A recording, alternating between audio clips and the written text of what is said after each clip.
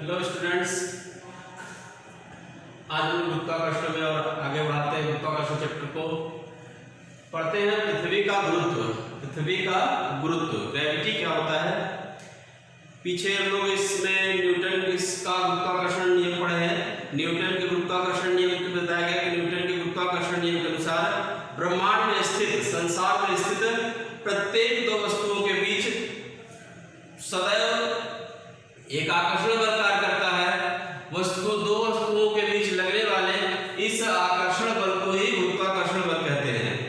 दो वस्तुओं के बीच लगने वाले इस आकर्षण बल को ही गुरुत्वाकर्षण बल कहा जाता है। ठीक, अब यदि इन दोनों वस्तुओं में से एक वस्तु पृथ्वी ले लें, इन दोनों वस्तुओं में से एक वस्तु पृथ्वी हो, तब जो गुरुत्वाकर्षण बल कार्य करता है उसी गुरुत्वाकर्षण बल को गुरुत्व कहते हैं। तब जो गुरुत्वाकर्षण बल कार्य करता है उसी गुरुत्वाकर्षण बल को गुरुत्व कहते हैं। ठीक, अर्थात गुरुत्व क्या हुआ?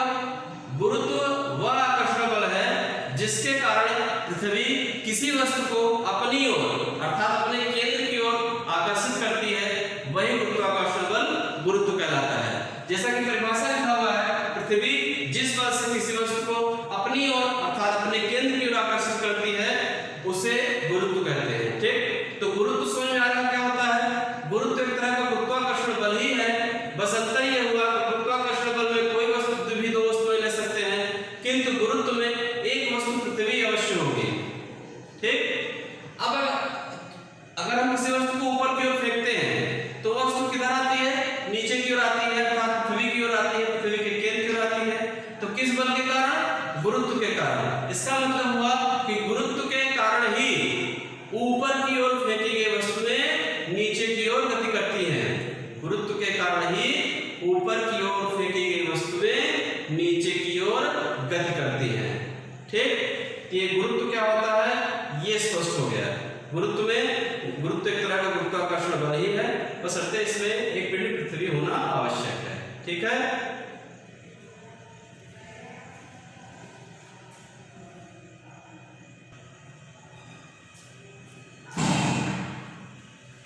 आइए हम लोग अगले हेडिंग देखते हैं, गुरुत्वीय त्वरण, एक्सीलरेशन ड्यू टू ग्रेविटी। देखिए गुरुत्वीय त्वरण क्या होता है? यदि हम किसी पिंड को ऊर्ध्वाधर ऊपर की ओर फेंकते हैं तो वह पिंड नीचे की ओर गिरती है, पुनः पृथ्वी की ओर। यदि पिंड नीचे की ओर गिर रही है तो जब पिंड नीचे की ओर, कोई भी वस्तु नीचे की ओर गिरती है तो वस्तु का वेग धीरे धीरे बढ़ता जाता है। ऊंचाई पर वस्तु का वेग कम होता है, जैसे जैसे वस्तु नीचे की ओर आती है वस्तु का वेग भी बढ़ता जाता है।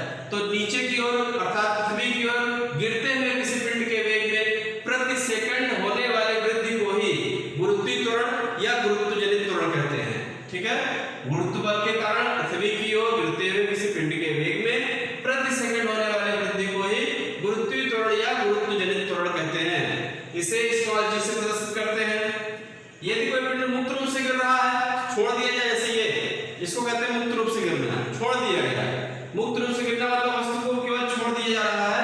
तो यदि नीचे की ओर गिर रहा है ये, तो यहाँ पर स्वतंत्र पूर्वक गिरता है, इसको कहते हैं स्वतंत्र रूप से गिरना, मुक्त रूप से गिरना, मुक्त रूप से या स्वतंत्र रूप से। तो यदि कोई वस्तु मुक्त रूप से या स्वतंत्र रूप से गिरती है तो वस्तु के वेग में एक सेकंड में जितनी वृद्धि होती है उसे कहा जाता है गुरुत्वीय त्वरण।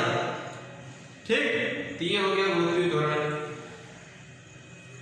अब यदि किसी वस्तु का द्रव्यमान ले लिया जाए, यदि किसी वस्तु का द्रव्यमान, किसी वस्तु का द्रव्यमान यम तथा गुरुत्वीय त्वरण जी, गुरुत्वीय त्वरण जी हो, तब गुरुत्व बल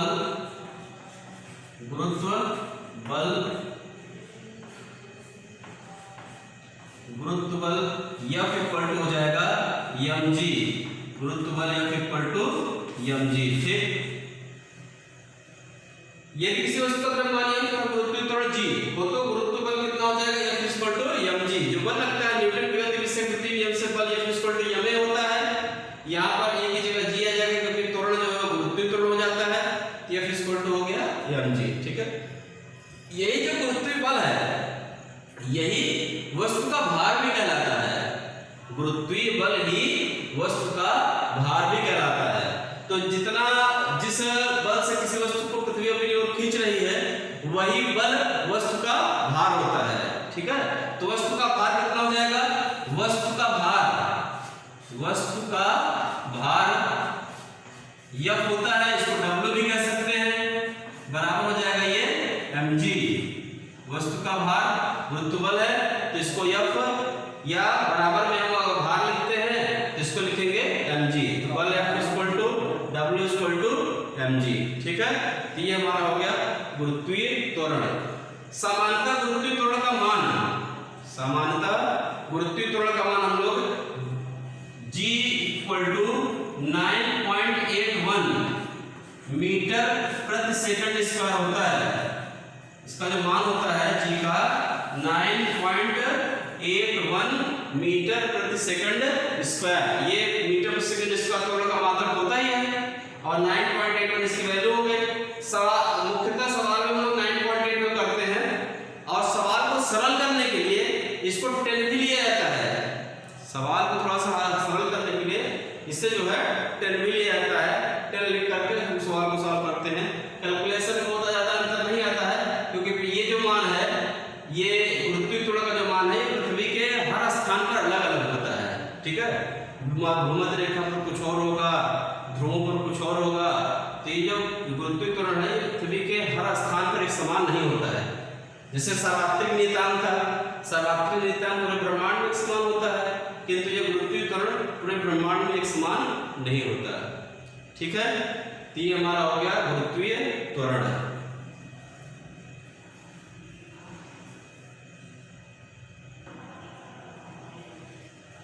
चलिए आइए देखते हैं अगले हेडिंग। बहुत इंपॉर्टेंट प्रश्न है ये।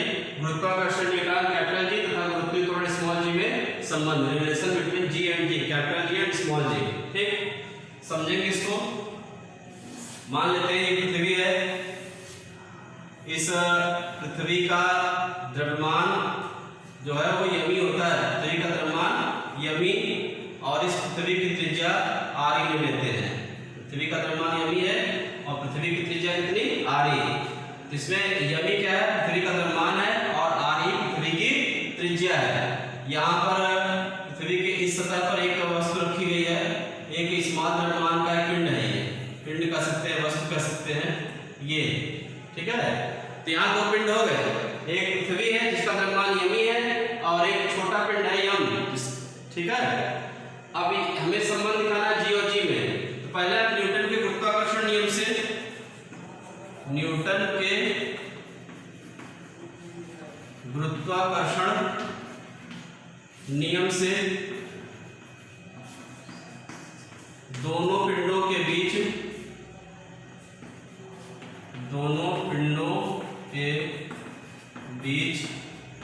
लगने वाला गुरुत्वाकर्षण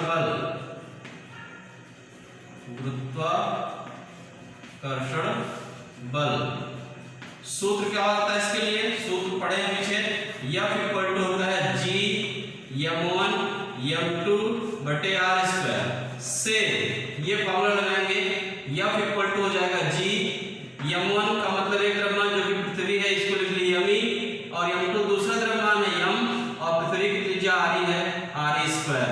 ठीक है, तो न्यूटन के गुरुत्वाकर्षण नियम से दोनों पिंडों के बीच लगने वाला गुरुत्वाकर्षण बल सूत्र F = G m1 m2 बटे r² से F = G m बटे r²। ठीक, पृथ्वी तल पर इस पिंड का भार, पृथ्वी तल पर इस पिंड का भार W बराबर हो जाएगा, जिसको कि M भी कहते हैं। W बराबर हो जाएगा mg, m द्रव्यमान हो गया और g पृथ्वी का गुरुत्वीय त्वरण बताया गया। तो पृथ्वी तल पर इस पिंड का भार कितना हो गया? W बराबर mg। अब अभी पीछे गुरुत्व बताया गया, तो गुरुत्व का मतलब होता है वह गुरुत्वाकर्षण बल जो उसके द्वारा पृथ्वी किसी वस्तु को अपनी ओर आकर्षित करती है। ये गुरुत्वाकर्षण बल हो गया, और जिस गुरुत्वाकर्षण बल के कारण या जिस गुरुत्वाकर्षण बल के द्वारा पृथ्वी किसी पिंड को अपनी ओर आकर्षित करती है, वही गुरुत्वाकर्षण बल वस्तु का भार भी होता है। ठीक, तो इसका मतलब क्या हुआ कि गुरुत्वाकर्षण बल बराबर होता है पिंड का भार। गुरुत्वाकर्षण बल बराबर पिंड का भार या वस्तु का भार, पिंड का भार। ठीक, तो गुरुत्वाकर्षण बल F और भार हो गया W, या इसको W बराबर F भी लिख देते हैं। W की जगह कितना रखें mg, W की जगह mg, और ये हो गया F की जगह ये रखा जाए G m बटे में r स्क्वायर, G m बटे में r स्क्वायर, ये कट जाएगा। फॉर्मूला बन क्या आएगा G G m बटे में r स्क्वायर, G m बटे में r स्क्वायर। ठीक, ये हो गया G और G में संबंध। तो चित्र बना करके लिखा जाएगा पूरा, G और G में ये संबंध हो गया, small g capital G m बटे r स्क्वायर। ठीक है, m और r का मान निश्चित होता है, G का मान निश्चित होता है। अगर हम तीनों वैल्यू को रख के सॉल्व करेंगे तो हमें G का मान भी लगभग मिल जाएगा। ठीक, इस फार्मूले में ये दोनों चीजें तो नियत हैं, इन दोनों चीजों के मान में कोई परिवर्तन नहीं होता, बदलता है आरी। पृथ्वी की त्रिज्या कहीं कहीं बदलती है, क्योंकि पृथ्वी जो पूरी तरह से गोलाकार नहीं होती है, बल्कि ध्रुवों पर कुछ चपटी होती है, तो जहाँ चपटी होती है वहां इसकी त्रिज्या कम हो जाएगी। ठीक, तो इसलिए जी का मान ये परिवर्तित होता है त्रिज्या के कारण। ठीक है, और भी कारण होते हैं, आगे धीरे धीरे इसको बताया जाएगा। ये हमारा हो गया जी और जी में संबंध। ठीक है,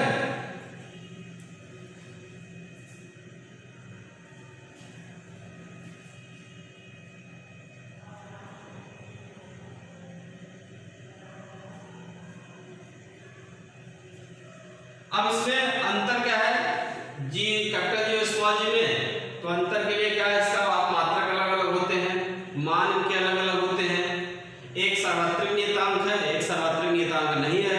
तो ये 2-3 इसके अंतर है। ठीक है, पहला तो इनके मान अलग अलग होते हैं, हमने दोनों के मान पीछे लिख दिए हैं, कैपिटल जी भी लिखा है, स्मॉल जी भी लिखा है, तो आप वहां से दोनों के मान उठा लेंगे। दोनों के मात्रक भी लिखे हुए हैं पीछे, दोनों के मात्रक आ जाएंगे। स्मॉल जी जो है वो सर्वात्रिक नियतांक नहीं है, कैपिटल जी जो है ये एक सर्वात्रिक नियतांक है। तो इस प्रकार से इस कैपिटल जी और स्मॉल जी में ये अंतर हो गया है। ठीक, इसको अपन से लिखेंगे कैपिटल जी और स्मॉल जी में अंतर क्या होता है, 3 पॉइंट दोनों में लिख देना है। ठीक है, ओके।